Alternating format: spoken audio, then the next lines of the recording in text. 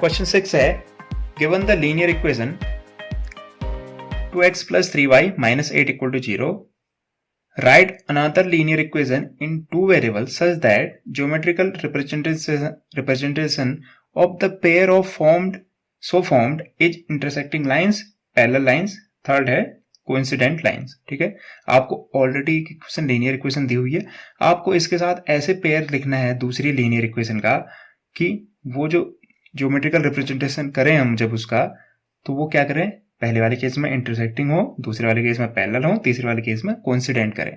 ठीक है, तो हमको पहले कंडीशन पता होनी चाहिए कब दो लीनियर इक्वेशन का जो रिप्रेजेंटेशन है वो क्या होता है, इंटरसेक्टिंग होता है, पैरेलल होता है और कोइंसिडेंट होता है। ठीक है, तो इंटरसेक्टिंग कब होता है, इंटरसेक्टिंग तब होता है जब A1 अपॉन A2 का जो रेशियो है वो B1 अपॉन B2 के इक्वल नहीं होता है, साथ ही साथ C1 अपॉन C2 के इक्वल भी नहीं होता है। यानी ये तीनों रेशियो आपस में जब इक्वल नहीं होते हैं तब लाइन क्या करती है, एक दूसरे को इंटरसेक्ट करती हैं।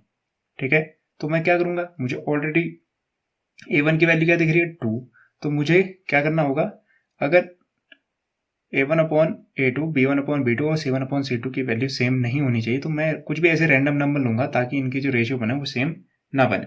ठीक है, तो कुछ भी हो सकता है। सपोज अगर मेरा A1 क्या दिख रहा है, मेरा A1 दिख रहा है मुझे 2, B1 दिख रहा है मेरा 3, C1 दिख रहा है मुझे -8, तो मुझे क्या करना है, A1 upon A2 B1 upon B2 के इक्वल नहीं होना चाहिए। तो मैं जानबूझ के A2 की वैल्यू क्या लूंगा, 2 3 जा 6। ठीक है, सपोज मैंने क्या ले लिया, 6 ले लिया। ये कितने टाइम्स है, 2 3 जा। तो अगर मैं इसको सॉल्व करूंगा A1 अपॉन A2 को, तो ये रिजल्ट कितना देगा मुझे, 1 अपॉन 3। तो मुझे पता है ये 1 अपॉन 3 आने वाला है क्योंकि इसको तो मैंने जानबूझ के लिखा है। तो मैं B1 अपॉन B2 को किसी भी हालत में क्या 1 अपॉन 3 नहीं होने दूंगा। तो ये 3 है, तो 3 3 जा होता है 9, तो मैं यहाँ पे 9 ना लिख के कुछ और लिख सकता हूँ। ठीक है, ये ऑलरेडी 2 3 जा 6 है, यानी 1 अपॉन 3 बनेगा जब सॉल्व करेंगे। इसके केस में B1 अपॉन B2 1 अपॉन 3 नहीं होना चाहिए, तो मैं 3 3 जा 9 नहीं लिख के 8 लिख सकता हूँ, 7 लिख सकता हूँ, कुछ भी लिख सकता हूँ, बस 9 नहीं लिखूंगा। ठीक है, तो यहाँ पे मैं 8 लिख देता हूँ। ऐसे ही C2, C1 की वैल्यू है -8, तो C2 की वैल्यू क्या होगी, कुछ भी होगी, 8 3 जा 24। तो 24 के अलावा बाकी कोई भी वैल्यू रखी जा सकती है, तो आप 20 रख सकते हैं। तो अगर मेरे कोफिशिएंट इस A2 6 के इक्वल है, दूसरा कोफिशिएंट B2 8 के इक्वल है, तीसरा कोफिशिएंट C2 20 के इक्वल है, तो मेरी जो लीनियर इक्वेशन होगी वो क्या होगी, लीनियर इक्वेशन होती क्या है, A2x plus B2y plus C2 equal to 0। तो मुझे क्या करनी है, वैल्यू पुट करनी है। A2 की जगह मैं रख दूंगा 6, x एज इट इज रहेगा, प्लस B2 की जगह मैं 8 रख दूंगा, y एज इट इज रहेगा, प्लस C2 की जगह मैं 20 रख दूंगा, और सब कुछ एज इट इज रहेगा। तो इसके आंसर वेरी कर सकते हैं, आपके अकॉर्डिंग आप कुछ भी वैल्यू पुट कर सकते हैं। बस आपको ये ख्याल रखना पड़ेगा A1 अपॉन A2 का जो रेशियो है B1 अपॉन B2 और C1 अपॉन C2 के इक्वल ना हो, तो ये वैल्यू आपको इस हिसाब से रखनी है। तो एक आंसर ये हो सकता है। ऐसे ही पैरेलल के केस में क्या होता है, A1 अपॉन A2 इक्वल होता है B1 अपॉन B2 के, लेकिन इक्वल नहीं होगा वो किसके, C1 अपॉन C2 के। ये कंडीशन होती है पैरेलल लाइंस के केस में। तो मुझे क्या करना है, इस कंडीशन को सेटिस्फाई करना है।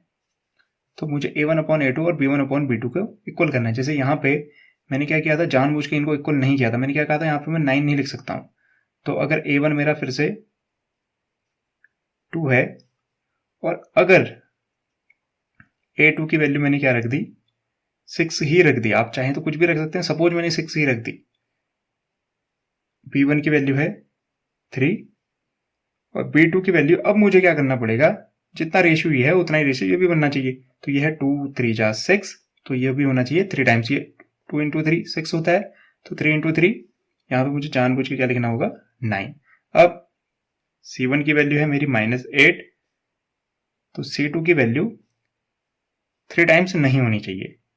ठीक है, तो मैं जानबूझ के सेम इसी को भी रख सकते हैं, नहीं लिखना चाहें कोई नहीं, आप 18 लिख दीजिए, कुछ भी लिख दीजिए, बस ये रेशियो सेम नहीं होना चाहिए। स्टार्टिंग के दो रेशियो सेम होने चाहिए। A1/A2 1/3 बनेगा, B1/B2 भी 1/3 बनेगा, जो पहले लाइन की कंडीशन है।